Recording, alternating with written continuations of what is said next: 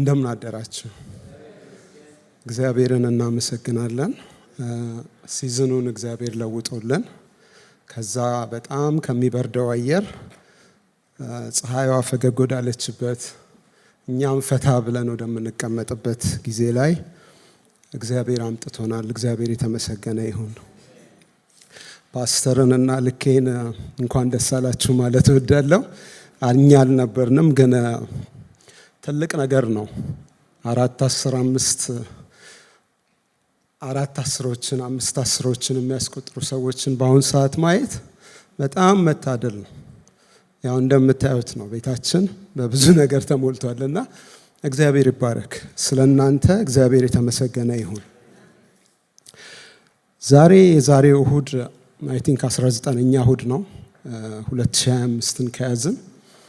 የተለያዩ ሰዎች ኮንፈረንሱ ሳይቆጠር እህቶችም ወንድሞችም ቆሞ በዚህ ቦታ ላይ አገልግለውናል።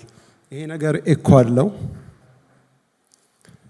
እና የተለያዩ ሰዎች አገልግለውናል እና የእግዚአብሔርን ቃል ስንሰማ ነበር። የእግዚአብሔር ቃል ዝም ብዬ እያሰብኩ ነበር። የእግዚአብሔር ቃል ለእኛ ተጽፎ የቀረበልን እንደሚገባን ሆኖ የቀረበልን ቃል ከዚህ መጽሐፍ ውስጥ ካለው በጣም የሚልቅ ነገር እንደሆነ እንድናስብ በዚህ ጠዋት እሱን ላሳስባችሁ እወዳለሁ። ያ በመጀመሪያ ምንም ነገር ሳይኖር ይሄን የምናየውን ግዙፍ ፍጥረተ ዓለም ወደ መኖር ያመጣ ቃል ነው። ከእግዚአብሔር አፍ የወጣ በተነገረበት ጊዜ አዲስ ነገርን መፍጠር የሚችል ቃል፣ ከአንድ ሰው ደግሞ ኔሽንን ማውጣት የቻለ ቃል በልዩ ልዩ ሰዎች አፍ መጥቶ እግዚአብሔር ደግሞ በመጨረሻ በማን ተናገረን ይላል እግዚአብሔር ቃል? በልጁ ተናገረን ይላል።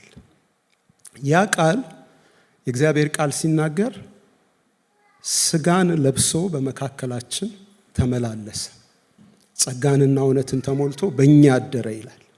ያ ቃል ነው። ልብ በሉ። የሰው ስጋን ለብሶ በመካከላችን እኛን መስሎ ተመላልሷል። ያ ቃል የእግዚአብሔር ቃል ደግሞ በጣም ሲያከብደው ምን ይላል? በመጀመሪያ ቃል ነበረ፣ ቃልም በእግዚአብሔር ዘንድ ነበረ፣ ቃልም እግዚአብሔር ነበረ ይላል። የምንሰማው ቃል ራሱ እግዚአብሔር ነው። እሱን እንድናስብ ነው የፈለግኩት። ለምንሰማውም ለምናገለግለውም ሰዎች ዕዳ ያለበት ነገር ነው። ለዚህ ነው ጌታ ኢየሱስ ምን አለ? እኔ አይደለሁም የምፈርድባችሁ፣ የሚፈርድባችሁ ማን ነው? የምትሰሙት ቃል ነው ብሎ ተናግሯል። በሌላ ስፍራ ላይ ደግሞ መልእክት ላይ የምናገኘው ቃል ምን ይላል? የባሰውን ፍርድ እንዳንቀበል ከእናንተ ብዙዎች አስተማሪዎች አይሁኑ ይላል። ስለዚህ ለሚናገረው ለሚሰማው ዕዳ ያለበት ነው የእግዚአብሔር ቃል። በጣም በሰማን ቁጥር መፍራት ይገባናል። ለምንድን ነው? በመጨረሻ በሱ ቃል ነው የምንጠየቀው፣ በሰማነው ቃል ማለት ነው። ዛሬም የእግዚአብሔርን ቃል ልንሰማ ነው ያለነው እና እሱን እያሰብን የእግዚአብሔርን ቃል እንድንሰማ ነው። በመካከላችን የሚመጣው የእግዚአብሔር ቃል በመጽሐፍ ተጠርዞ ከቀረበልን የሚልቅ አምላካችን ራሱ ነው። ለእኛ ምስጢር ነው የሚነገረው ቃልና ሁሉን የፈጠረው አምላክ አንድ መሆናቸው ለእኛ ምስጢር ነው። ከምንረዳው በላይ ነው፣ ግን እውነተኛ ነገር ነው። እሱን ማሰብ ያስፈልገናል ማለት ነው።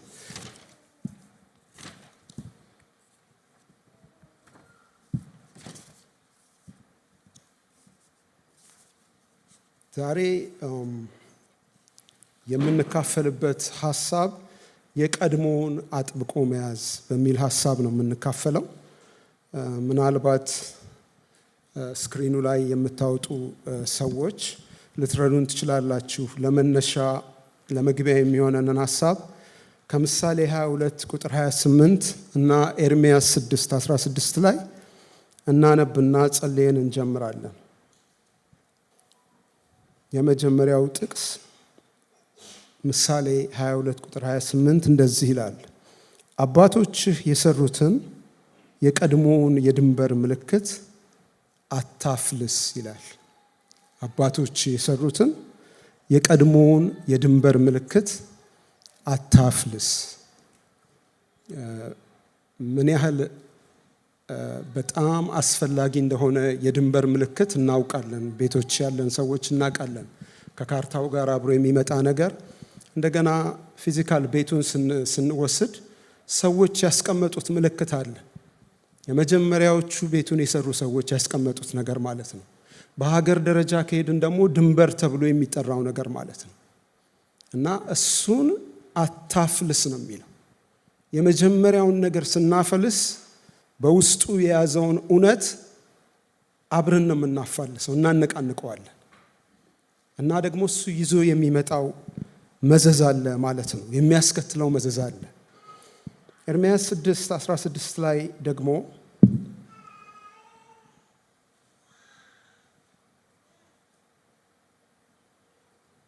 የእግዚአብሔር ቃል እንደዚህ ይላል። እግዚአብሔር እንዲህ ይላል፣ በመንገድ ላይ ቁሙ ተመልከቱም፣ የቀደመችውንም መንገድ ጠይቁ፣ መልካሚቱ መንገድ ወዴት እንደሆነች እወቁ፣ በእርሷም ላይ ሂዱ፣ ለነፍሳችሁም እረፍት ታገኛላችሁ። እነርሱ ግን አንሄድባትም አሉ ይላል እግዚአብሔር ቃል። የቀደመችውን መንገድ ጠይቁ። ሌሎች ከእናንተ በፊት መንገደኛ የነበሩ ሰዎች የሄዱባት መንገድ አለች።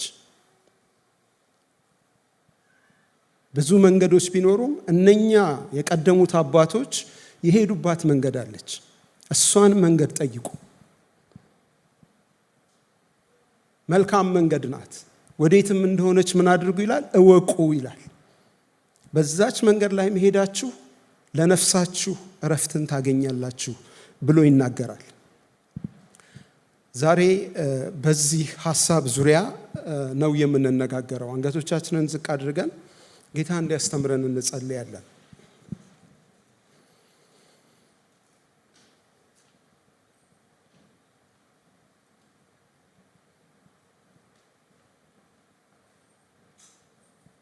የዘላለም አምላክ እግዚአብሔር ሆይ በጌታ በኢየሱስ ክርስቶስ ስም ስለዚህ ሰዓት እናመሰግንሃለን። እያንዳንዳችንን ጌታ ሆይ ምሕረትን አግንነህልን በብዙ ርኅራሄ በብዙ ፍቅር ወደዚህ ስፍራ ላይ ጌታ እግዚአብሔር ሆይ ስላመጣህን እናከብረሃለን። በቤትህ በአደባባዮች መሆን ጌታ እግዚአብሔር ሆይ ለእኛ መልካም ነውና በዚህ ማለዳ በፊትህ ስላለን እናከብረሃለን። አሁንም ጌታ ሆይ ባለፉት ዘመናቶች ወደ አንተ ባመጣህን ዘመናቶች ሁሉ እንዳስለመድከን በጌታ በኢየሱስ ክርስቶስ ስም እንድትናገረን እንለምንሃለን። ያስተምራቸው ዘንድ መልካሙን መንፈስ ሰጣቸው ተብሎ በቃል እንደተጻፈ መልካሙ መንፈስ ቅዱሱ መንፈስ በዚህ ቦታ ላይ ያስተምረን ይምራን። ጌታ ሆይ የኔን የተናጋሪውን አንደበት ደግሞም የሚሰሙትን የወገኖቼን ልብና አይምሮ በጌታ በኢየሱስ ክርስቶስ ስም እንዲቆጣጠር ወደ ልብ ሐሳብ እንዲያደርሰን ለፈውስ እንዲሆነን በኢየሱስ ክርስቶስ ስም እንጸልያለን። እግዚአብሔር የዘላለም አምላክ አካባቢያችንን አየራችንን ደግሞ በስም ስልጣን እናስለቅቃለን። በጌታ በኢየሱስ ክርስቶስ ስም አየራችን ነፃ ይሁን። ማናቸውም አይነት የመናፍስት አሰራር እንቅስቃሴ ጌታ ሆይ በእያንዳንዱ ሰው ላይ የተነጣጠረ ቀስትንና ፍላጻን የሚወረውር የመናፍስት አሰራር በኢየሱስ ክርስቶስ ስምና ስልጣን የተመታ ይሁን። በኢየሱስ ክርስቶስ ስም የተመታ ይሁን። ጌታ ሆይ ይህንን ጉባኤ አንተ ግዛ። በመካከላችን ያ ከአቤል ደም ይልቅ የሚሻለውን የሚናገረው ደምህ በመካከላችን ጌታ ሆይ ይመላለስ። ልባችንን ይቀድስ፣ አንደበታችንን ይቀድስ፣ አይምሮአችንን ይቀድስ። ክብር ለአንተ ይሁን። በጌታ በኢየሱስ ክርስቶስ ስም ጸለይን፣ አሜን። ክብር ለእግዚአብሔር ይሁን። ልክ ኤርምያስም ጋር እንዳየነው ምሳሌም ጋር እንዳየነው እንግዲህ በክርስትናችንም እንደዚሁ ወሰን ያለው የቀደሙት አባቶቻችን በተለይም በአዲሱ ኪዳን ያስተላለፉልን የሄዱበት መንገድ የተሰመረ ነገር አለ። እሱን አንስተን እንድንነጋገር ነው ዛሬ መነሻ የምናደርገው። ቃል በኤፌሶን 2 ምዕራፍ 20 ቁጥር 20 ላይ ያለ ቃል ነው። ኤፌሶን ምዕራፍ 2 ቁጥር 20 ላይ እንደዚህ ይላል፣ በሐዋርያትና በነቢያት መሰረት ላይ ታንጻችኋል፣ የማዕዘኑም ራስ ድንጋይ ክርስቶስ ኢየሱስ ነው ይላል። በሐዋርያትና በነቢያት መሰረት ላይ ታንጻችኋል። እነኚህ ሐዋርያትና ነቢያት ተብለው የተጠቀሱት በእግዚአብሔር ሐሳብ ውስጥ የሄዱ ሰዎች ናቸው። ገድል ያላቸው የሐዋርያት ሥራ ተብሎ የተጻፈው መጽሐፍ በእነሱና በጌታ መካከል የተከናወነን ነገር የከተበ መጽሐፍ ነው የሐዋርያት ሥራ። እና እነሱ በቆሙበት መሰረት ላይ ነው የታነጻችሁት ይለናል። እነሱ በቆሙበት መሰረት ላይ ነው ሕይወታችሁ የቆመው ብሎ ይነግረናል። ያንን ደግሞ መሰረትና የማዕዘን ድንጋይ ማን ነው ብሎ ይነግረናል? ኢየሱስ ክርስቶስ ነው ብሎ ይነግረናል።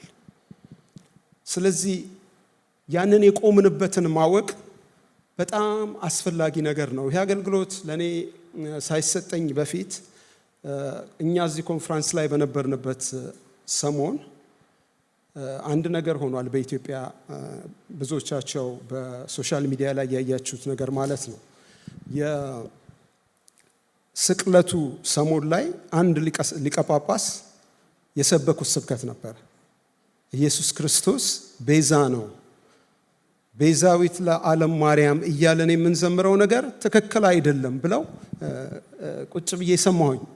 ወንጌል ነው የሰበኩት ሰውየው፣ ንጹህ ወንጌል። እና ያ ነገር ስቶር ማስነሳ በሶሻል ሚዲያው ላይ ብቻም አይደለም፣ እዛም ደግሞ ሀገር ውስጥ ይሄ የማህበረ ምዕመናን ነው ምናምን የሚባል ነገር አለ። ምንድን ነው? ማህበረ ቅዱሳን። አዎ፣ እነሱ ደግሞ ሰልፍ አስነሱ በሰውየው ላይ። ስለዚህ ሰውየውን በቤታቸው የቁም እስረኛ አድርገዋቸው ያንን ነገር ፊክስ ለማድረግ ብዙ ሰዎች የተለያየ ነገር ማለት ጀመሩ።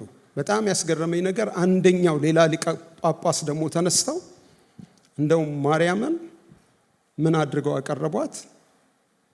ከመላእክት ወገን ናት፣ እንደኛ እንደ ሰዎች የሰውነቷን ቆሻሻ የምትጸዳዳ የምታስወጣ አይደለችም ብለው ያን በጣም ስናገርም እየከበደኝ ይሄን ነገር የምናገረው እዛ ቤት ያለውን ነገር ለማለት ብዬ አይደለም።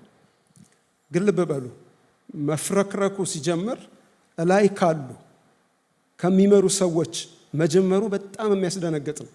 በጣም ጥንታዊት ቤተ ክርስቲያን ናት። ሁላችን አብዛኞቻችን ማለት ነው ከእስልምና ከመጡ ሰዎች በስተቀር በዛ ውስጥ አልፈናል። መሰረታዊ በሆነ ነገር ላይ ፍርክርክ ያለ ነገር ተፈጥሮ አየሁኝ፣ አስደነገጠኝ። እና ወደ ራሳችን ነገር ማሰብ ጀመርኩኝ። ምናልባት በመሪዎች ደረጃ እንዲህ አይነት ነገር ላይከሰት ይችላል በወንጌላውያን አብያተ ክርስቲያናት ዘንድ። ግን በምእመን ደረጃ ምን ያህል የቆምንበትን ነገር እናውቃለን? ያንን ሐሳብ እንድናይ ነው በጥቂቱ ዛሬ የምንከፋፈለውን ቃል በዚህ ሐሳብ ውስጥ እንድታዩ ትፈልጋለሁ። ምን ያህል ነው? ልባችሁን ፈትሹ። ምን ያህል ነው የቆማችሁበትን ነገር የምታውቁት? መሰረት እና የማዕዘን ድንጋይ የሆነው ኢየሱስ ክርስቶስ ማን ነው ለእናንተ? ለእኔና ለእናንተ ማን ነው? እሱን እንድንነጋገር ነው ዛሬ።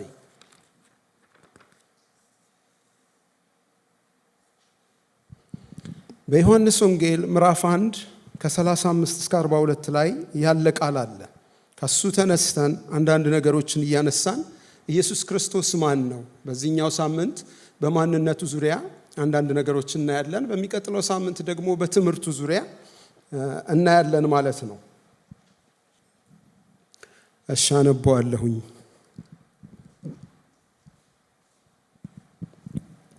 በነገው ደግሞ ዮሐንስ ከደቀ መዛሙርቱም 2 ቆመው ነበር።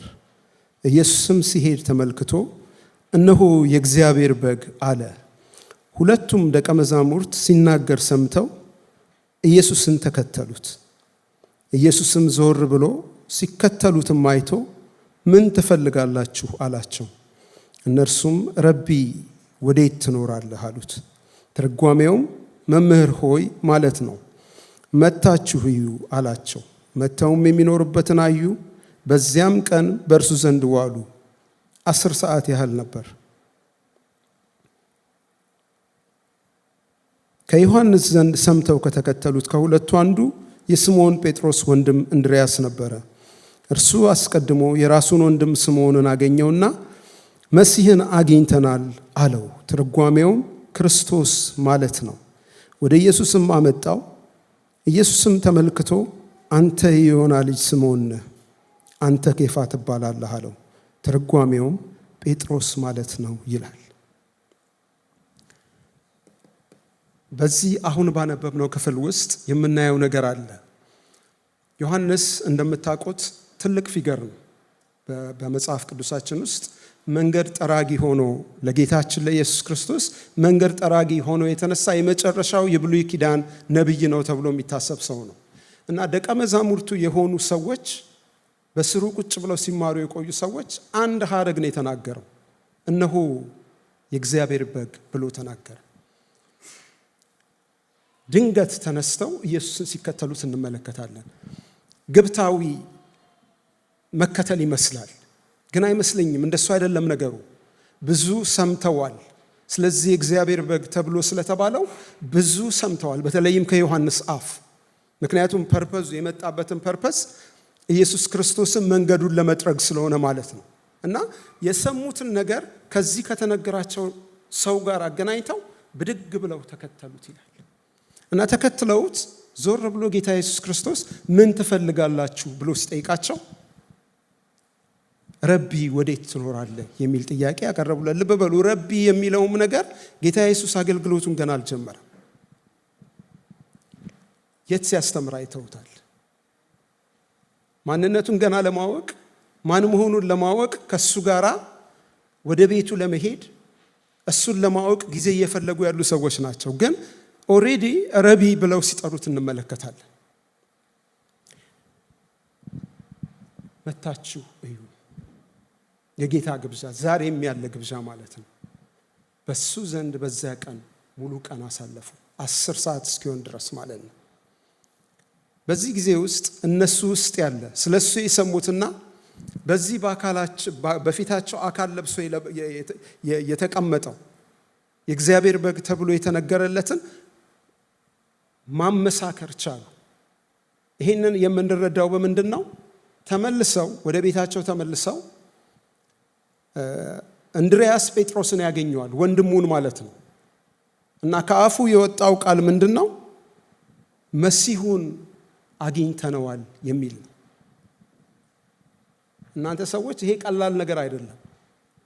እስራኤል በሙሉ ብዙ ዘመናቶች አስቆጥሯል መሲሁን ሲጠብቅ። የነሱ በእርግጥ አጠባበቃቸው መጥቶ ከሮማውያን አገዛዝ የሚያወጣቸውን መሲህ ነበር የሚጠብቁት። ግን በዚህ ጊዜ ያገኙትን ሰው ውስጣቸው ካለው ከተማሩት ቃል ጋር እንደገና ኢየሱስ ክርስቶስ ሲናገር ሲያስተምራቸው ቀኑን ሙሉ በሱ ዘንድ በዋሉበት ቀን ካገኙት ነገር ጋር አገናኝተው መሲህ እንደሆነ ደምድመው ወጡ። መሲህ የሚለው ቃል ማሺያክ ከሚል የዕብራይስጥ ቃል የወጣ ነው ብለው ይላሉ። እና መሲህ የሚለው የክርስቶስ ለሚለው አቻ ቃል ነው።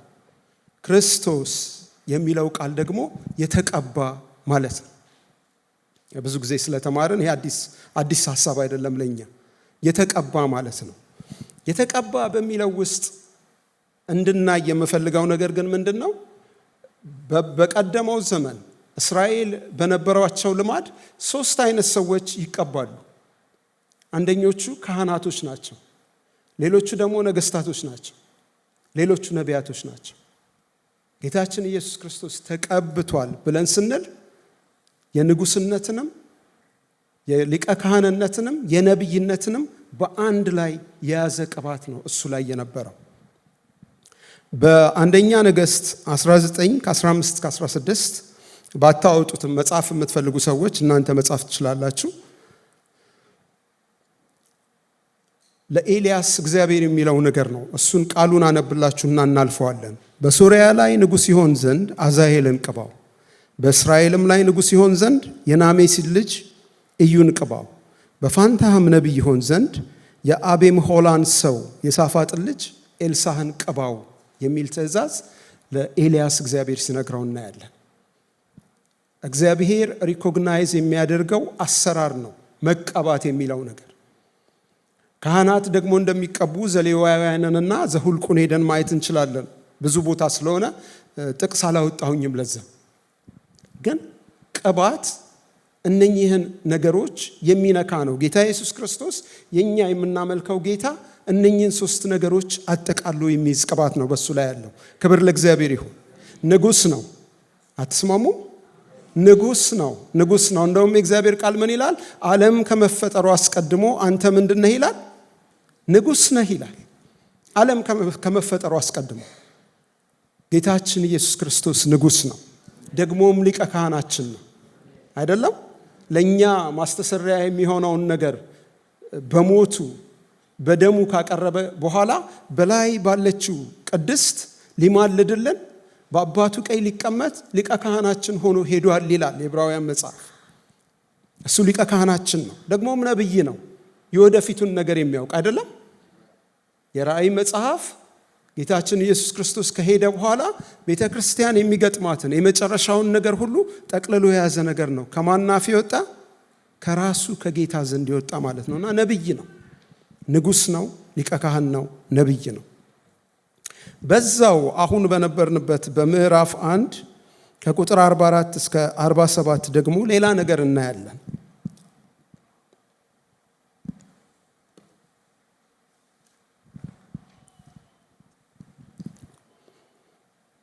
ቁጥር 44 ጀምሮ ፊልጶስም ከእንድርያስና ከጴጥሮስ ከተማ ከቤተ ሳይዳ ነበረ።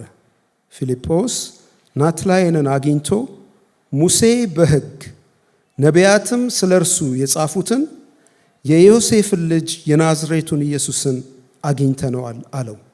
ናትናኤልም ከናዝሬት መልካም ነገር ሊወጣ ይችላልን አለው። ፊልጶስም መጥተህ እይ እያለ ይቀጥላል።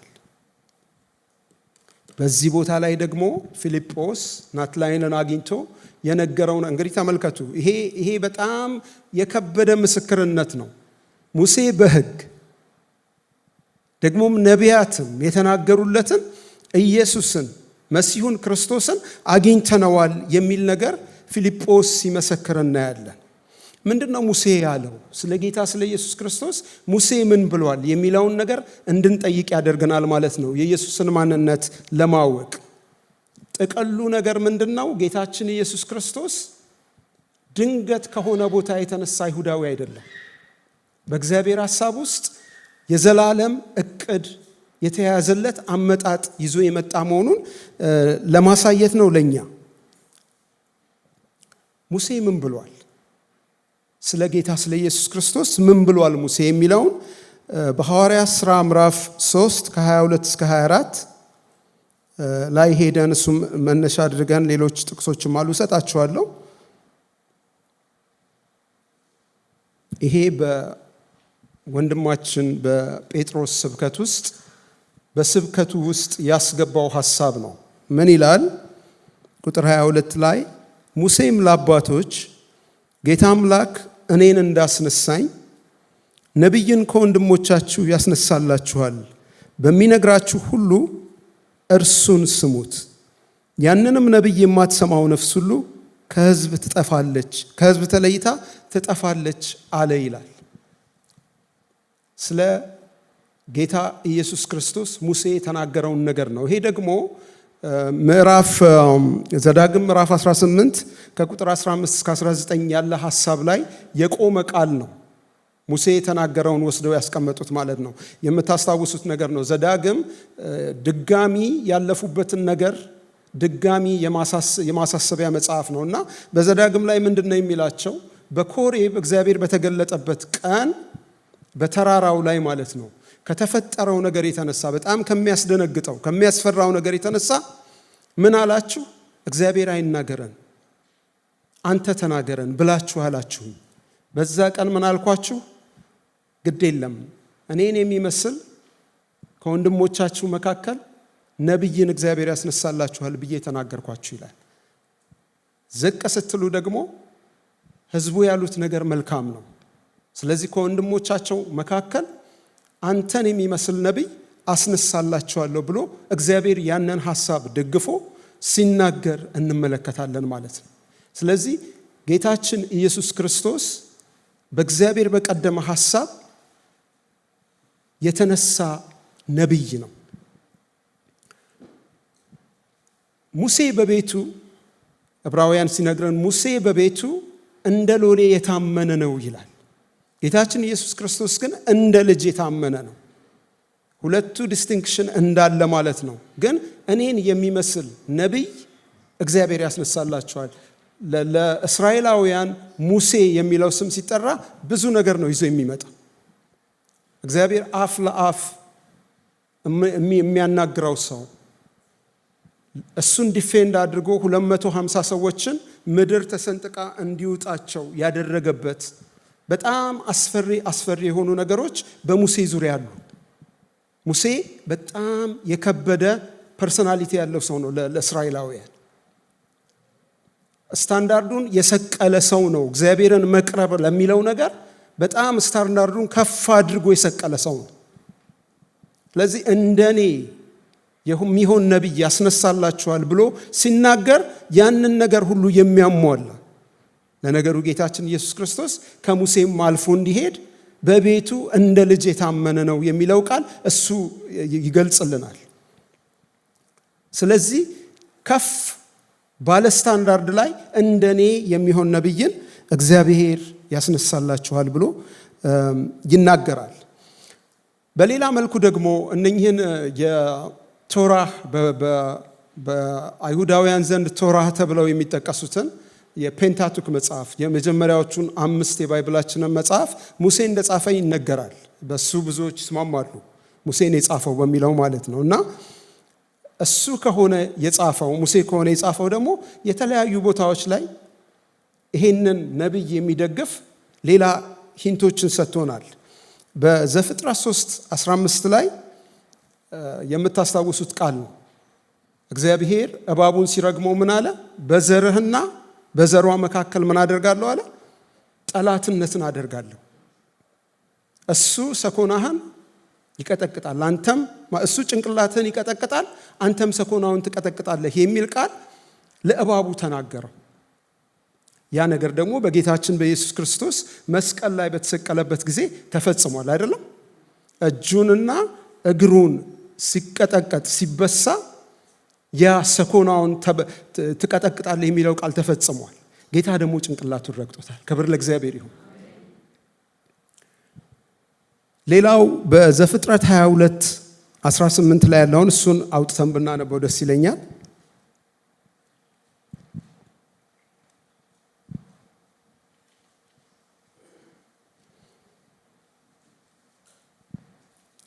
ዘፍጥረት 22:18 ላይ የምድር አሕዛብም ሁሉ በዘርህ ይባረካሉ ቃሌን ሰምተሃልና የሚል ቃል እናገኛለን። አብርሃም ከተፈተነ በኋላ ልጁን ለመስዋዕት አቅርቦ ሊያርደው በተዘጋጀበት ጊዜ እግዚአብሔር ጣልቃ ገብቶ መስዋዕት የሚሆነውን ነገር አዘጋጅቶለት የተስፋ ቃሎችን ነግሮታል። በዛ ስፍራ ላይ በጣም ትላልቅ የተስፋ ቃሎችን ማለት ነው። እና አንዱ የነገረው ነገር ምንድነው? አሕዛብ በሙሉ በዘርህ ይባረካሉ የሚል ቃል ነው። የምድር አሕዛብ በዘሮችህ አይደለም የሚለው፣ በዘርህ ይባረካሉ የሚል ቃል ነው። ስለዚህ ጌታ ኢየሱስ ክርስቶስ ያ ዘር ነው። ያ እግዚአብሔር ያየው ዘር፣ የምድር አሕዛብ የሚባረኩበት ዘር ጌታችን ኢየሱስ ክርስቶስ መሆኑን እናስተውላለን ማለት ነው። እሱን ማወቃችን በጣም ጠቃሚ ነገር ነው በእምነታችን ውስጥ። ሌላው ዘፍጥረት 49:10 ላይ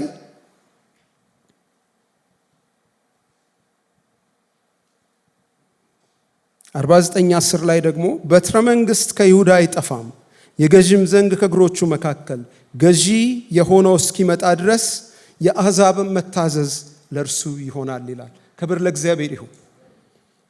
ገዢ የሆነው እስኪመጣ ድረስ ከይሁዳ ነገድ ገዢዎች፣ መሪዎች አይጠፉም። ግን አንድ በልጦ የሚወጣ የምድር አሕዛብ በሙሉ የሚታዘዙለት ገዢ ይወጣል የሚል ነገር እናያለን። እግዚአብሔር ይመስገን። ስለዚህ ሙሴ የተናገረለትን እነዚህን ነገሮች ማሰባችን ለምሳሌ ነው። እነኚህን ያነሳሁት መጽሐፍ ቅዱሳችን በጣም በርካታ ነገሮች ቀርበን ስናጠና እናገኛለን። ሙሴ ብዙ ነገር ብሏል። ሌላው የተናገራቸው ነገር የነቢያቶችን ጉዳይ ነው። ነቢያቶች የተናገሯቸው ነገሮች አሉ። እነሱንም ጥቂት ነገር አብረን እንመለከታለን። ነቢያቶች በልዩ ልዩ ዘመን የተለያዩ ነቢያቶች ለጌታችን ስለ ኢየሱስ ክርስቶስ ስለመወለዱ፣ ስለሞቱ፣ እንደገና ደግሞ ዳግም ስለመምጣቱ የተለያየ ነገር ተናግረዋል። ጥቂቶቹን ነገር ማንሳታችን ተገቢ ነው ብዬ አስባለሁ። ኢሳይያስ 7:14 ላይ የምናገኘው ሐሳብ አለ እና ደግሞ ኢሳይያስ 9:6 ላይ ምንድነው ሐሳቡ? ጌታችን ኢየሱስ ክርስቶስ ከድንግል እንደሚወለድ ስሙም አማኑኤል ድንቅ መካር፣ ኃያል አምላክ፣ የዘላለም አባት፣ የሰላም አለቃ ተብሎ እንደሚጠራ ይሄ ነገር በትንቢት ውስጥ ተጠቅሷል። ያ ጊዜ ማለት ኢየሱስ ክርስቶስ ተወልዶ ከመምጣቱ ከ700 ዓመታት በፊት የተነገረ ትንቢት ነው። ከድንግል እንደሚወለድ ባልተለመደ መንገድ እንደሚመጣ ማለት ነው። እኛ ያው ብዙ ጊዜ በክሪስማስም በምንም ስለሰማ ነው ብዙ ጆሮአችን ለምዶታል።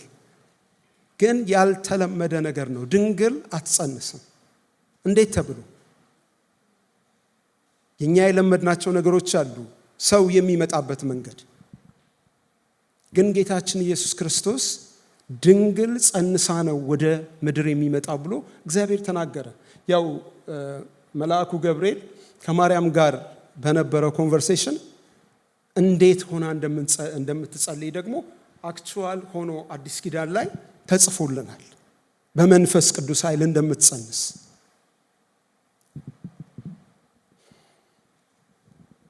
ግን እሱ የሚወለደው ልጅ ስሙ አማኑኤል እንደሚባል እግዚአብሔርን ከሰዎች ጋር የሚያቀራርብ። ምክንያቱም አማኑኤል የሚለው ስም እግዚአብሔር ከኛ ጋር ነው አይደለም ትርጉሙ።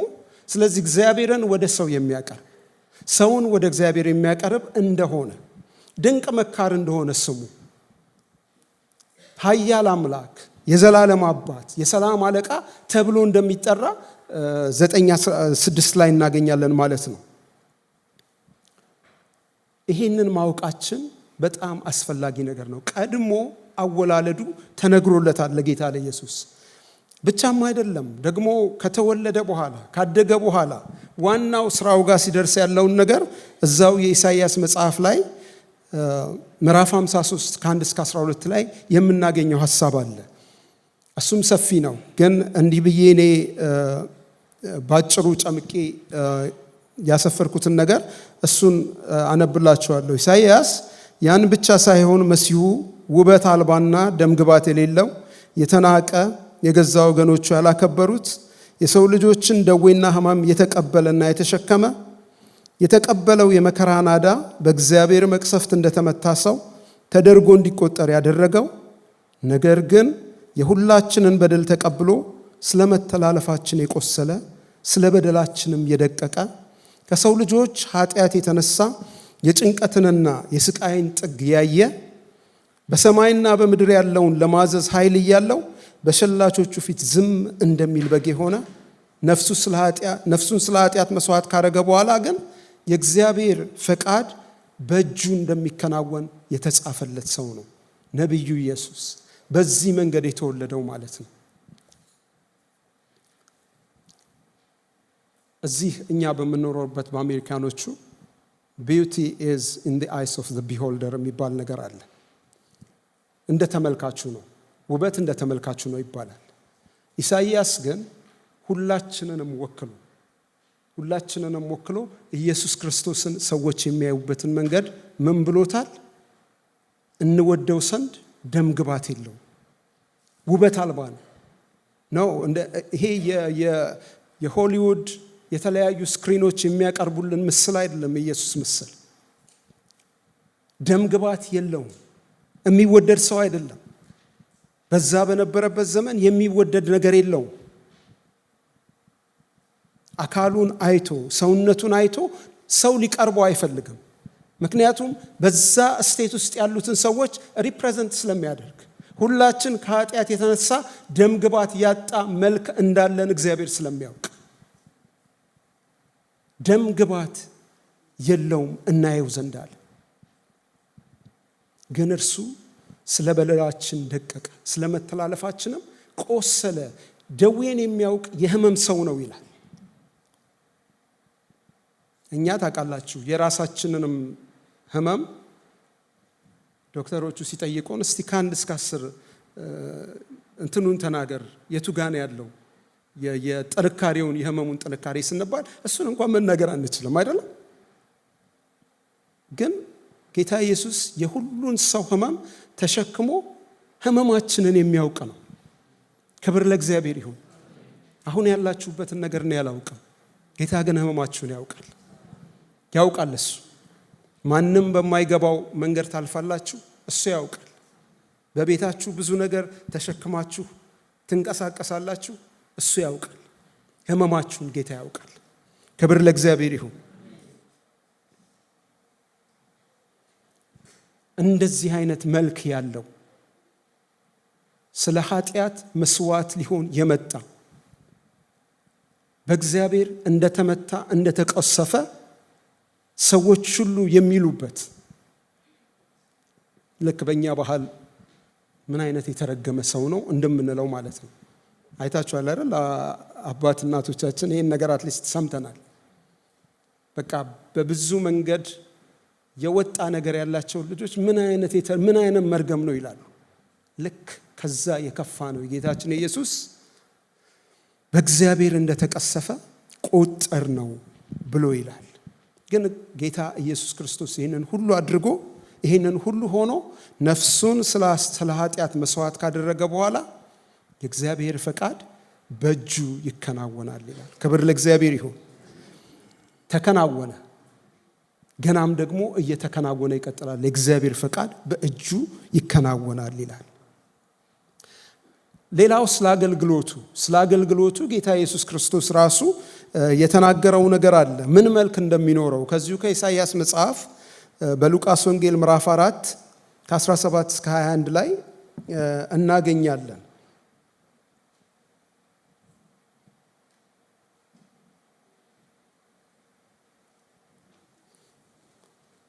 ከ17 እስከ 21 ምዕራፍ 4 ላይ ምን ይላል? የነቢዩንም የኢሳይያስን መጽሐፍ ሰጡት።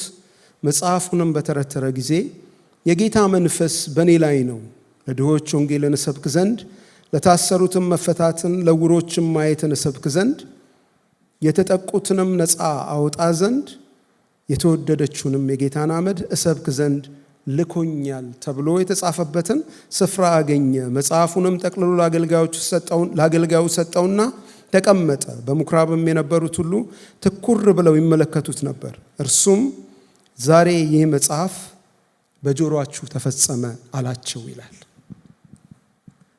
የመጣበትን ስኮፑን ሲናገር የጌታ መንፈስ በእኔ ላይ ነው። ቀደም ስንጀምር ምንድን ያልነው? ጌታችን ኢየሱስ ክርስቶስ የተቀባ ነው ብለናል። የእግዚአብሔር መንፈስ በሱ ላይ አርፎ እነኚህን የዘረዘርናቸውን ነገሮች ማለት ነው፣ ለድሆች ወንጌልን እንደሚሰብክ፣ ለታሰሩት መፈታትን እንደሚሰጥ፣ ይሄ እንደሆነ የአገልግሎቱን ስኮፕ ሲናገር እንመለከታለን። ሌላው ስለ ጌታችን ስለ ኢየሱስ ክርስቶስ የተናገረው ስለ ሞቱ የተናገረው ነቢይ ዳንኤል ነው። ዳንኤል በምዕራፍ 9 ከ23 እስከ 26 ላይ እንደዚህ ይላል የእግዚአብሔር ቃል። አንተ እጅግ የተወደድክ ነህና በልመናህ መጀመሪያ ላይ ትእዛዝ ወጥቷል። እኔም እነግርህ ዘንድ መጥቻለሁ። አሁንም ነገሩን መርምር፣ ራእዩንም አስተውል። አመፃን ይጨርስ፣ ኃጢአትንም ይፈጽም፣ በደልንም ያስተሰርይ፣ የዘላለምንም ጽድቅ ያገባ፣ ራእይንና ትንቢትን ያትም፣ ቅዱሰ ቅዱሳኑንም ይቀባ ዘንድ በሕዝብህና በቅድስት ከተማ ላይ 70 ሱባኤ ተቀጥሯል። ስለዚህ እወቅ አስተውልም፣ ኢየሩሳሌምን መጠገንና መስራት ትእዛዙ ከሚወጣበት ጀምሮ እስከ አለቃው እስከ መሲሁ ድረስ 7 ሱባኤና 62 ሱባኤ ይሆናል። እርሷም በጭንቀት ዘመን ከጎዳናና ከቅጥር ጋር ትሰራለች። ከዚህ ጀምሮ ቁጥር 26ን ስሙት። ከ62 ጊዜ 7 በኋላ መሲህ ይገደላል፣ በእርሱም ዘንድ ምንም የለም። የሚመጣውም አለቃ ሕዝብ ከተማይቱንና መቅደሱን ያጠፋሉ፣ ፍጻሜውም በጎርፍ ይሆናል። እስከ መጨረሻም ድረስ ጦርነት ይሆናል፣ ጥፋትም ተቀጥሯል ይላል። ዳንኤል በዛ በነበረበት ሁኔታ ውስጥ አሁን እኛ እንደምናደርገው እንድናደርግም ደግሞ እንደተፈለገው የሌላን ነቢይ የተናገረውን መጽሐፍ እያገላበጠ የምርኮ ዘመን መቼ እንደሚያበቃ ይመረምር ነበር እና ምን የሚለውን ነገር አገኘ? ኤርምያስ የተናገረውን 70 ዓመት የሚፈጸምበትን ጊዜ አስተዋልኩ ይላል እና በእግዚአብሔር ፊት በጾምና በጸሎት እየማለደ እያለ ነው ይሄ አሁን ያነበብነው ክፍል ወደሱ የመጣው። ኢየሩሳሌም እንደገና እንደምትሰራ፣ ቅጥሮቿ እንደሚሰሩ፣ እንደገና እንደምትገነባ፣ መሲሁ እንደሚመጣ፣ በከተማይቱ ላይ ኖሮ ተመላልሶ አስተምሮ በመጨረሻ ደግሞ እንደሚገደል ይህንን ትንቢት አስቀድሞ ዳንኤል ተናግሯል። ዝርዝሩ ውስጥ መግባት አንችልም ለብቻው ስለሚፈልግ። ይሄ 70 ሱባኤ ተቀጥሯል የሚለው ነገር ጠቅላላውን ከመጀመሪያ ጀምሮ እስከ ዓለም ፍጻሜ የሚሄደውን የጊዜ ገደብ የሚነካ ነገር ነው እና ልክ ዳንኤል እንደተናገረው መሲሁ መጣ፣ ተገደለ። ልክ እሱ ከተገደለ በኋላ በ70ኛው ዓመት ደግሞ እዚህ ጋር አሁን እንደምናየው ማለት ነው የሚመጣውን አለቃ ሕዝብ ከተማይቱንና መቅደሱን ያጠፋሉ፣ ፍጻሜውን በጎርፍ ይሆናል፣ እስከ መጨረሻም ድረስ ጦርነት ይሆናል፣ ጥፋትም ተቀጥሯል ይላል እና በ70 ዓመተ ምህረት ሮማውያን ከተማይቱን መጥተው የተገነባውን መቅደስ አፍርሰዋል እንደገና። ስለዚህ ዳንኤል የተናገረውም ነገር ተፈጽሟል ማለት ነው ስለ መሲሁ። እግዚአብሔር የተባረከ ይሁን።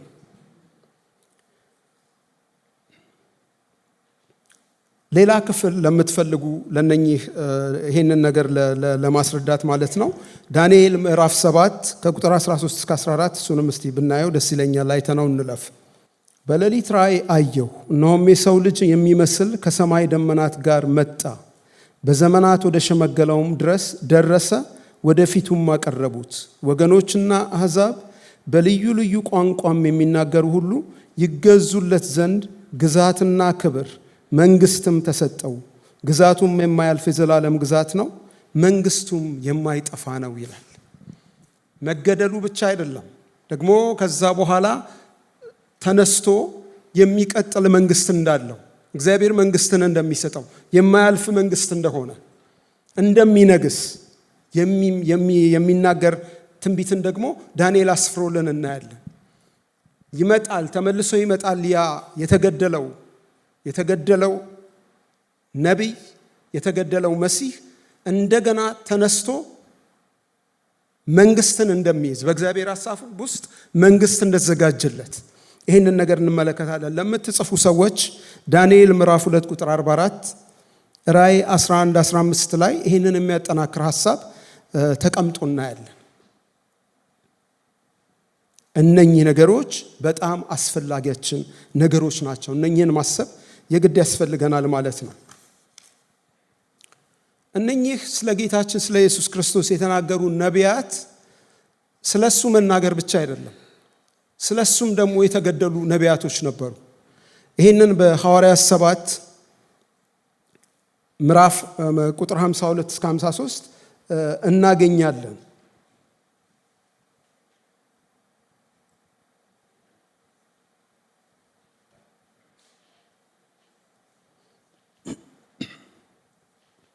ከቁጥር 52 እስከ 53 እንደዚህ ይላል። ከነቢያትስ አባቶቻችሁ ያላሳደዱት ማን ነው? የጻድቁንም መምጣት አስቀድሞ የተናገሩትን ገደሏቸው። በመላእክት ሥርዓት ሕግን ተቀብላችሁ ያልጠበቃችሁት እናንተም አሁን እርሱን አሳልፋችሁ ሰጣችሁት፣ ገደላችሁትም ይላል። እንትን ብቻ ማለት መናገር ብቻ አይደለም፣ ስለሱ ትንቢት መናገር ብቻ ሳይሆን ሕይወታቸውንም የሰጡ ነቢያት እንደነበሩ እንድታስተውሉ ነው። ስለ ጌታ ስለ ኢየሱስ ክርስቶስ ስለ ጻድቁ መምጣት የተናገሩትን ምን አደረጓቸው ይላል? ገደሏቸው ይላል። ስደት ተነስቶባቸዋል፣ አሳደዋቸዋል ብሎ ይነግረናል። ይሄ የአዲስ ኪዳን ነገር አይደለም። ከአዲስ ኪዳኑ ዘመን በፊት በእስራኤላውያን እጅ ነቢያቶችን አሳደዋል። ለምን? ስለሚመጣው ነቢይ ስለተናገሩ፣ ስለሚመጣው መሲህ ስለተናገሩ ማለት ነው። ይህንን ያደረጉበትን ምክንያት ደግሞ ምዕራፍ 13 ቁጥር 27 እስከ 31 እዛው ሐዋርያት ሥራ ላይ እንደዚህ ብሎ ያስቀምጥልናል። በኢየሩሳሌም የሚኖሩ ሰዎችና አለቆቻቸው እርሱንና ስሙት፣ እዚህ ጋር አስተውላችሁ፣ በኢየሩሳሌም የሚኖሩ ሰዎችና አለቆቻቸው እርሱንና በየሰንበቱ የሚነበቡትን የነቢያትን ድምፆች ስላላወቁ በፍርዳቸው ፈጽመዋልና ለሞትም የሚያደርስ ምክንያት አንድስ እንኳን ባያገኙበት ይገድለው ዘንድ ጲላጦስን ለመኑት። ስለ እርሱም የተጻፈውን ሁሉ በፈጸሙ ጊዜ ከእንጨት አውርደው በመቃብር አኖሩት። እግዚአብሔር ግን ከሙታን አስነሳው። በሕዝብም ዘንድ ምስክሮቹ ለሆኑት ከእርሱ ጋር ከገሊላ ወደ ኢየሩሳሌም ለወጡት ብዙ ቀን ታያቸው እያለ ይቀጥላል። ምንድን ነው ብሎ የሚናገረው? በኢየሩሳሌም የሚኖሩ ኢየሱስ ክርስቶስ በነበረበት ዘመን በኢየሩሳሌም የነበሩ ሰዎች እና አለቆቻቸው እርሱንና በየሰንበቱ የሚነበቡትን የነቢያት ድምፆች ስላላወቁ ኢየሱስ ክርስቶስ ላይ ፍርድን በማድረግ ፈጽመዋል ብሎ የእግዚአብሔር ቃል ይናገራል። እርሱን እና የነቢያትን ድምፆች ስላላወቁ። ይሄ ነገር ለእኛም ኢምፕሊኬሽን ያለው ጉዳይ ነው ወገኖች። ጌታን ኢየሱስ ክርስቶስንና የነቢያትን ድምፆች ካላወቀን የእግዚአብሔር ሐሳብ ባልሆነ ስፍራ ላይ የመገኘት ፖቴንሻል አለን ማለት ነው። ወደው አይደለም እነኚህ ሰዎች ኢየሱስ ክርስቶስ ላይ ፍርድን ያመጡት። ሰቃዮች ሆነው ወጋሪዎች ሆነው የተገኙት እንዲሁ አይደለም። ግን እርሱንና የነቢያትን ድምፅ ስላላወቁ በፍርዳቸው ፈጽመዋል ይላል። ይሄንንም ልናስብ ይገባናል ማለት ነው። ይሄንን ሁሉ ደግሞ አድርገው እነኚህ ነቢያቶች ጴጥሮስ የሚነግረን ነገር በጣም እኔ ልቤን ይነካዋል። ስለዚህ እሱን ማለፍ አልፈለግኩኝም። አንደኛ ጴጥሮስ ምዕራፍ 1 ከቁጥር 10 እስከ 12 ከቁጥር 10 እስከ 12 እንደዚህ ይላል። ለእናንተም ስለሚሰጠው ጸጋ ትንቢት የተናገሩት ነቢያት ስለዚህ መዳን ተግተው እየፈለጉ መረመሩት። በእነርሱም የነበረ የክርስቶስ መንፈስ ስለ ክርስቶስ መከራ ከእርሱም በኋላ ስለሚመጣው ክብር አስቀድሞ እየመሰከረ በምን ወይም እንዴት ባለ ዘመን እንዳመለከተ ይመረምሩ ነበር። ለእነርሱም ከሰማይ በተላከ በመንፈስ ቅዱስ ወንጌልን የሰበኩላችሁ ሰዎች አሁን ባወሩላችሁ ነገር እናንተን እንጂ ራሳቸውን እንዳላገለገሉ ተገለጠላቸው። ይህንንም ነገር መላእክቱ ሊመለከቱ ይመኛሉ ብሎ ይናገራል። እነኚህ ዋጋ የከፈሉ ብዙ ነገር ስለተናገሩት ነገር የተቀበሉ ስደትን እያዩ ሞትን የቀመሱ ሰዎች የተናገሩትን ነገር እግዚአብሔር የገለጠላቸውን ነገር በጣም ከማመናቸው የተነሳ ይፈልጉት ይመረምሩት ነበር። መቼ እንደሚፈጸም መቼ እንደሚመጣ ነብዩ ይሄ እግዚአብሔር ያለው ነገር መቼ እንደሚሆን በጣም መርምረው ፈልገው እየተከታተሉ ማድረግ የሚገባቸውን ሁሉ አድርገዋል። ግን መንፈስ ቅዱስ ምን ገለጠላቸው? እናንተ ያገለገላችሁት ሌሎችን ነው። እናንተ መሲሆን አታዩትም የሚል ነገር ገለጠላቸው። ይሄ በጣም ልቤን እኔ ይነካዋል። ለምንድን ነው? ደክመዋል፣ ብዙ ደክመዋል። ለምንድን ነው የደከሙት? ስላመኑ ነው። ስለ ጌታ ስለ ኢየሱስ ክርስቶስ በዛኛው ዘመን ይሄ በብሉይ ኪዳን የሆነ ነገር ነው።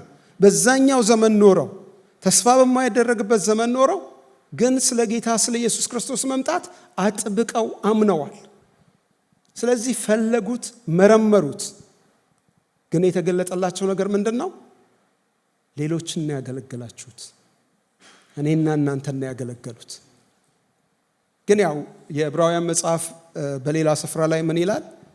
እንግዶችና መጻተኞች እንደሚሆኑ በዛ ምድር ማለት ነው። በተስፋይቱ ሀገር እንግዶችና መጻተኞች እንደሚሆኑ ታመኑ ይላል። ጌታ የተባረከ ይሁን። ስለዚህ በሕግና በነቢያት የተመሰከረለትን መሲሁን አግኝተነዋል የሚል ነገር ተናገሩ ማለት ነው። እነኚህ ሰዎች ፊልጶስ ለናትናኤል ይህንን ነገር ተናገረ። ጥቂት ልሂድና እጨርሳለሁኝ። በእርግጥ ጊዜ አለኝ። እንዴት ናችሁ? አደከምኳችሁ? እሺ፣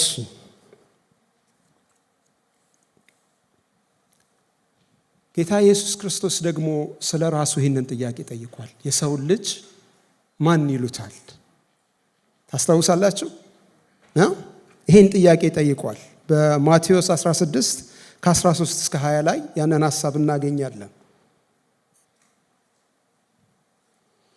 ኢየሱስም ወደ ፊልጶስ ቂሳርያ አገር በደረሰ ጊዜ ደቀ መዛሙርቱን ሰዎች የሰውን ልጅ ማን እንደሆነ ይሉታል ብሎ ጠየቀ። እነርሱም አንዳንዱ መጥምቆ ዮሐንስ፣ ሌሎቹም ኤልያስ፣ ሌሎቹም ኤርምያስ ወይም ከነቢያት አንዱ ነው ይላሉ አሉት። እርሱም እናንተስ እኔን ማን እንደሆንኩ ትላላችሁ አላቸው። ስምዖን ጴጥሮስም መልሶ አንተ ክርስቶስ የሕያው እግዚአብሔር ልጅ ነህ።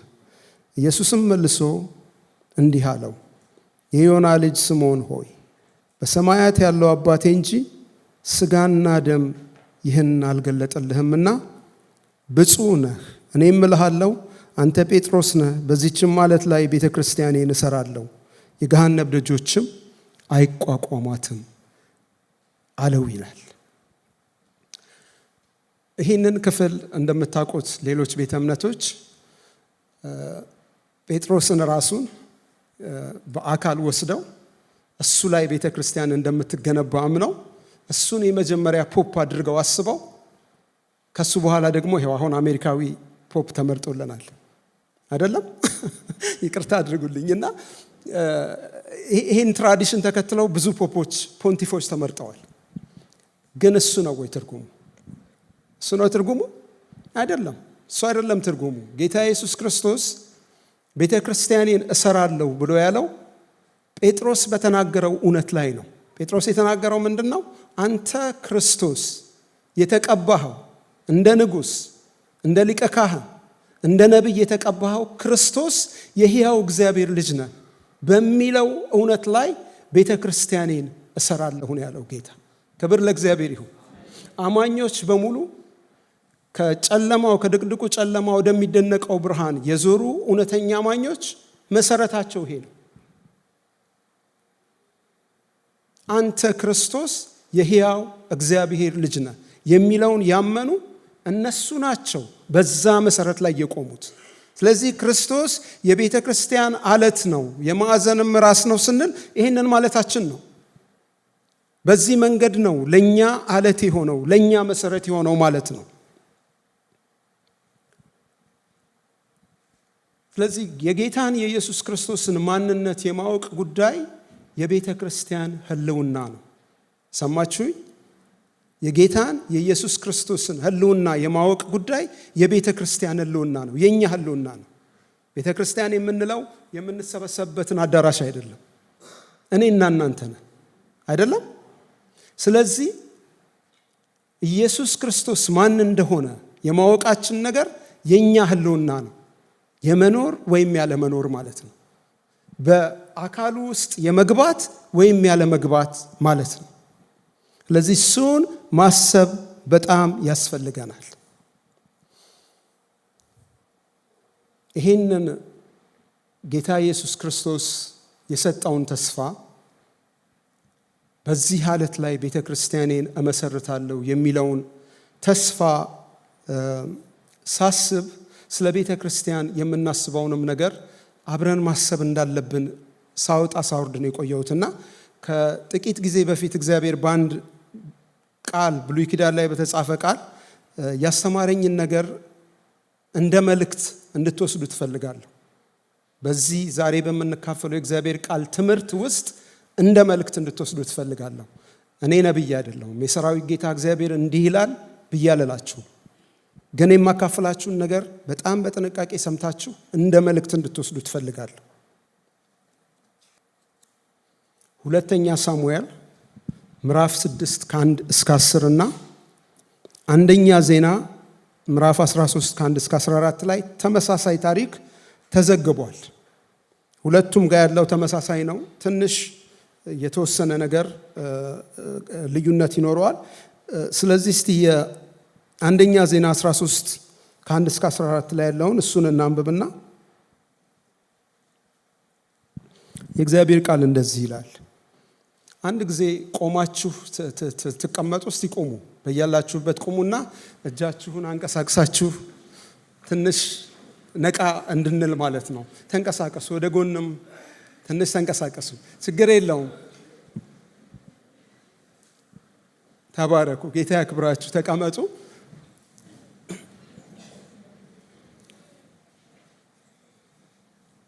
ስለዚህ ቃሉ እንደዚህ ይላል። ዳዊትም ከሻለቆችና ከመቶ አለቆች ካለቆቹም ጋር ሁሉ ጋር ተማከረ። ዳዊትም የእስራኤልን ጉባኤ ሁሉ መልካም መስሎ የታያችሁ እንደሆነ ከአምላካችን ከእግዚአብሔር ወጥቶ እንደሆነ በእስራኤል ሀገር ሁሉ ለቀሩት ወንድሞቻችን በከተሞቻቸውና በመሰማሪያዎቻቸውም ለሚቀመጡ ካህናትና ሌዋውያን ወደኛ ይሰበሰቡ ዘንድ እንላክ። በሳውልም ዘመን አልፈለግነውምና የአምላካችንን ታቦት ወደኛ እንመልስ አላቸው። ነገሩም በሕዝቡ ሁሉ ዓይን ዘንድ ቀን ነበረና ጉባኤው ሁሉ እንዲሁ እናደርጋለን አሉ። የእግዚአብሔርንም ታቦት ከቂርያት ያሪም ያመጡ ዘንድ ዳዊት እስራኤልን ሁሉ ከግብፅ ወንዝ ከሺሖር ጀምሮ እስከ ሐማት መግቢያ ድረስ ሰበሰበ። ዳዊትም እስራኤልም ሁሉ በኪሩቤል ላይ የተቀመጠውን ስሙም በእርሱ የተጠራውን የአምላክን የእግዚአብሔርን ታቦት ከዚያ ያወጡ ዘንድ በይሁዳ ወዳለችው ቂርያት ያሪም ወደ ተባለች ወደ በዓላ ሄዱ። የእግዚአብሔርንም ታቦት በአዲስ ሰረገላ ላይ ጫኑት። ከአሚናዳብም ቤት አመጡት። ኦዛና አሂዮም ሰረገላውን ይነዱ ነበር። ቁጥር 8 ዳዊትና እስራኤል ሁሉ በቅኔና በበገና በመሰንቆና በከበሮ በጸናጽልና በመለከት በእግዚአብሔር ፊት በሙሉ ኃይላቸው ይጫወቱ ነበር። ወደ ኪዶንም አውድማ በደረሱ ጊዜ በሬዎቹ ይፋንኑ ነበርና ታቦቱን ሊይዝ ኦዛ እጁን ዘረጋ። የእግዚአብሔርም ቁጣ በኦዛ ላይ ነደደ።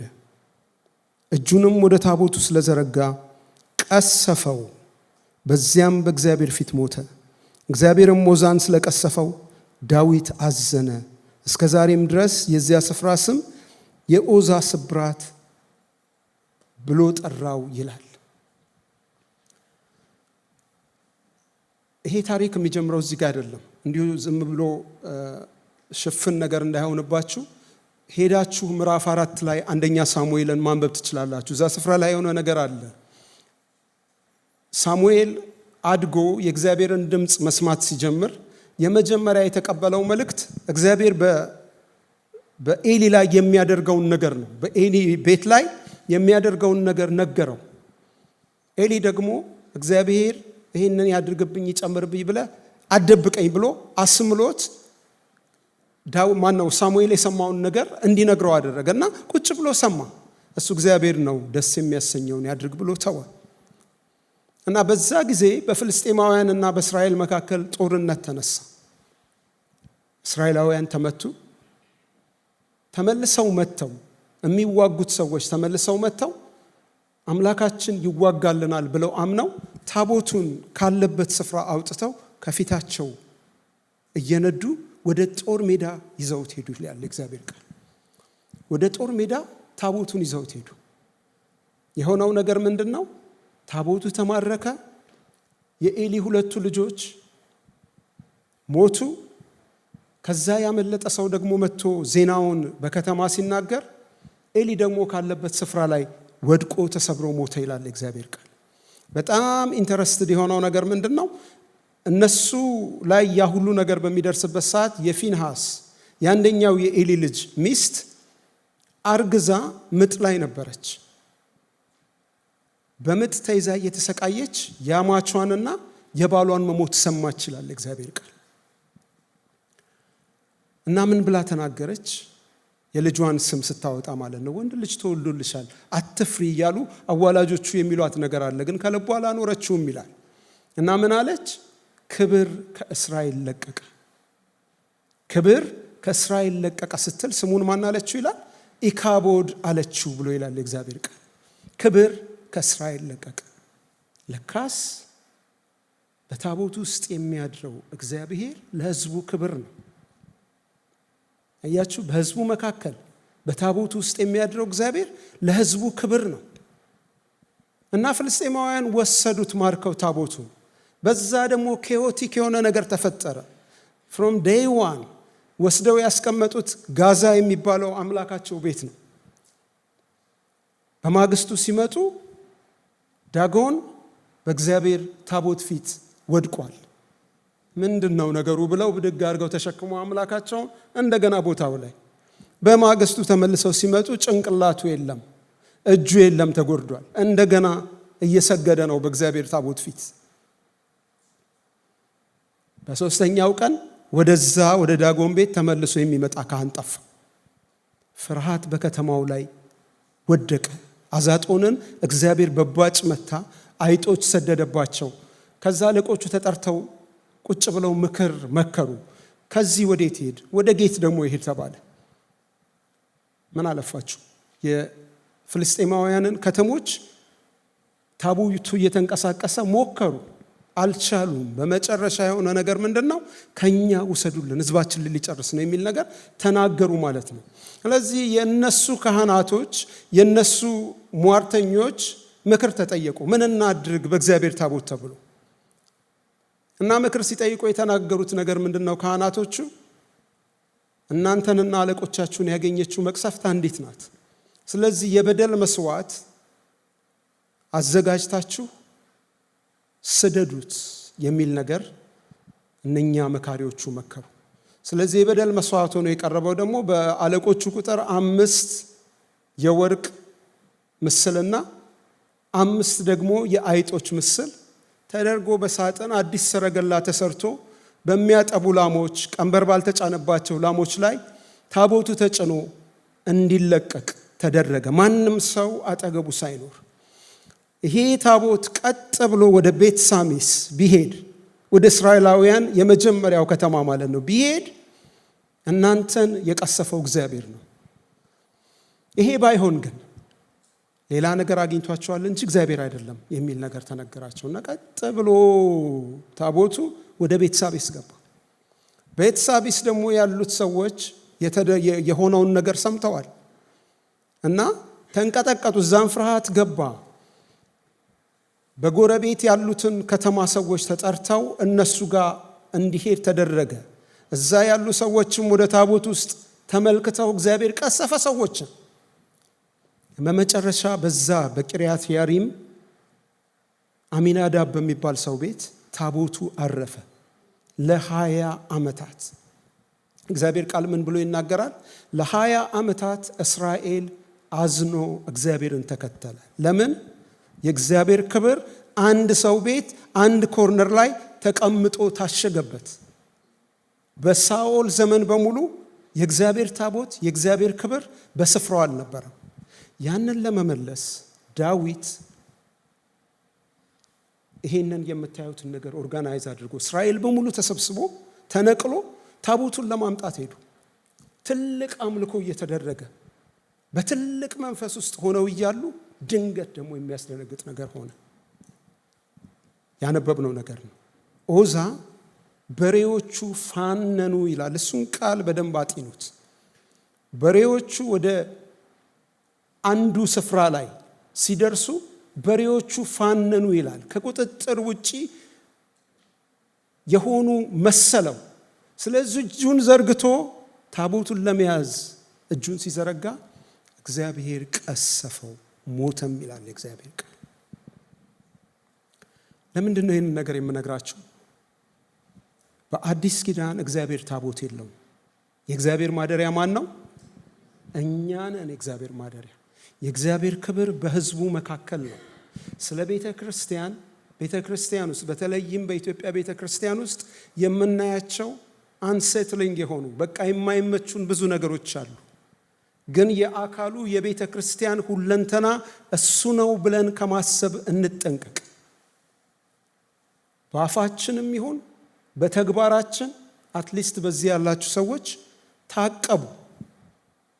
ከቁጥጥር ውጪ ወጥቷል ብላችሁ የቤተ ክርስቲያን ነገር እንደ ልባችሁ አትናገሩ፣ እንደ ልባችሁም አታድርጉ። አትሳተፉ። በሶሻል ሚዲያ በሚደረግ ነገር ላይ አትሳተፉ። ለምንድን ነው? ቤቱ ባለቤት አለው። ክብር ለእግዚአብሔር ይሁን። እስካሁንም ድረስ የእግዚአብሔር ክብር በቤቱ መካከል አለ። ይህን እንድታስቡ እፈልጋለሁ። ተጨማሪ ነገር ከፈለጋችሁ ደግሞ በቆሮንቶስ ቤተ ክርስቲያን ያ ሁሉ ሜስ በነበረበት ዘመን ጸጋ ስጦታ ሚስዩዝድ ሲሆን፣ ኃጢአት በጣም አይሎ ያልሆኑ ነገሮች ሲሆኑ፣ በተሰሎንቄ ቤተ ክርስቲያን ደግሞ እስከ አካያ ድረስ ምስክርነታቸው የወጣ በንጽህና የሚኖሩ የእግዚአብሔርን ቃል እንደ ሰው ቃል ሳይሆን እንደ እግዚአብሔር ቃል አድርገው የተቀበሉ ቤተ ክርስቲያን ደግሞ በተሰሎንቄ ነበረች። ሁለቱም አካሉ ውስጥ ነው ያሉት። ሰማችሁኝ? ሁለቱም አካሉ ውስጥ ነው ያሉት። ከኢትዮጵያ ወገን ለተጠራ ነው በእኛ መካከል እንግዳ የሆኑ ነገሮች ስላሉ የቤተ ክርስቲያን መልክ በሙሉ ያ ነው ብላችሁ አደምድሙ። አይደለም። ጌታችን ኢየሱስ ክርስቶስ ለሰባቱ አብያተ ክርስቲያናት መልእክት ሲያመጣ እንደነ ሎዶቅያ ላሉ ቤተ ክርስቲያናት በጣም ከባድ የሆነ የንስሐ ጥሪ ሲመጣ ለሰምርኔስ ቤተ ክርስቲያን የምስጋና የማበረታቻ ነገር ነው የመጣው። እግዚአብሔር እንደሚፈልገው የምትኖር ቤተ ክርስቲያን ደግሞ ነበረች። ስለዚህ ይሄንን ነገር ልናስብ የተገባ እንደ መልእክት ውሰዱት። ከልቤ ነው የምነግራችሁ፣ እንደ መልእክት ውሰዱት። አንደበታችንን እንቆጥብ። ይሄ የምታዩት በቤተ ክርስቲያን ውስጥ የሚሆኑ ነገሮች የሚያልፉ ነገሮች ናቸው። ጌታ ያሳልፋቸዋል። የቤተ ክርስቲያን መልክ እየጠራ ይወጣል። ምክንያቱም ከፊት ለፊታችን ቤተ ክርስቲያንን ንጽሕትና እድፈት የሌለባት የፊት መጨማደድ የሌለባት እንድትሆን አድርጎ ሪቫይቭ ሊያደርጋት መንፈስ ቅዱስ እንደገና ይመጣል። ክብር ለእግዚአብሔር ይሁን። ይመጣል እንደገና። በፊት ለፊታችን ያ ዘመን አለ። ቤተ ክርስቲያን የምትታደዝበት ዘመን አለ። ስለዚህ እነኚህ ነገሮች እንግዶቹ ነገሮች ይወድቃሉ ማለት ነው። እግዚአብሔር የተባረከ ይሁን። ስለዚህ ስለ ቤተ ክርስቲያን በዚህ መንገድ ለጴጥሮስ በተሰጠው መገለጥ ላይ እመሰርታታለሁ ያላትን ቤተ ክርስቲያን እኛ ብልቶች ሆነን በአካል ውስጥ ያለንባትን ቤተ ክርስቲያን የምናይበትን መንገድ እናስብ። ቆም ብለን እናስብ። እሱ በጣም አስፈላጊ ነው። አንድ የመጨረሻ ጥቅስ እናይና የዛሬውን ሴሽናችንን እንጨርሳለን። ዕብራውያን 12 ከ1 እስከ 2 ላይ ያለውን እሱን አይተን እንጨርሳለን።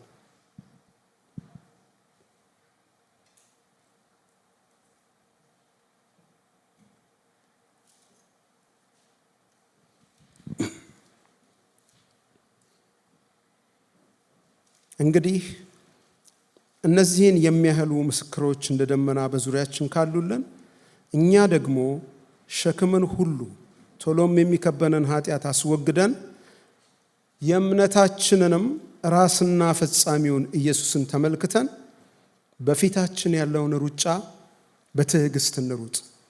እርሱ ነውሩን ንቆ በፊቱም ስላለው ደስታ በመስቀል ታግሶ በእግዚአብሔር ዙፋን ቀኝ ተቀምጧልና ይለናል እግዚአብሔር ቃል። ጌታችን ኢየሱስ ክርስቶስ የእምነታችን ጀማሪም ፈጻሚም ነው ብሎ ይነግረናል። የዕብራውያን ጸሐፊ ደግሞ ጅማሬው ላይ ያለው መሰረቱ ላይ ያለው እሱ ነው። የቤተ ክርስቲያን ታሪክ ደግሞ ተጠቅልሎ ሲደመደም መጨረሻም ላይ ያለው የሚጠብቀን እሱ ነው። ይሄንን አይደለም ያለን ዮሐንስ 14 ላይ እኔ ብሄድ ይሻላችኋል፣ በአባቴ ቤት ምን አለ አለ? ብዙ መኖሪያ አለ። ስለዚህ ስፍራ ላዘጋጅላችሁ ሄዳለሁ አለ። እሱ በዚያ ቀድሞን አለ። የቤተ ክርስቲያን ጀማሪም ነው ፈጻሚም ነው። ክብር ለእግዚአብሔር ይሁን። ይሄንን ነገር ስለሱ ማወቃችን እነኚህን ነገር እኔ ትንሽ ነገር ነው ያነሳሁት፣ ግን በልባችሁ ቀድም መነሻ ላይ ከነገርኳችሁ ታሪክ የኛ ቤቱ ነገር እንዲለይ በምዕመን ደረጃ የቆምንበትን ነገር እንወቅ። እንጸልይ እስቲ ሁላችንም።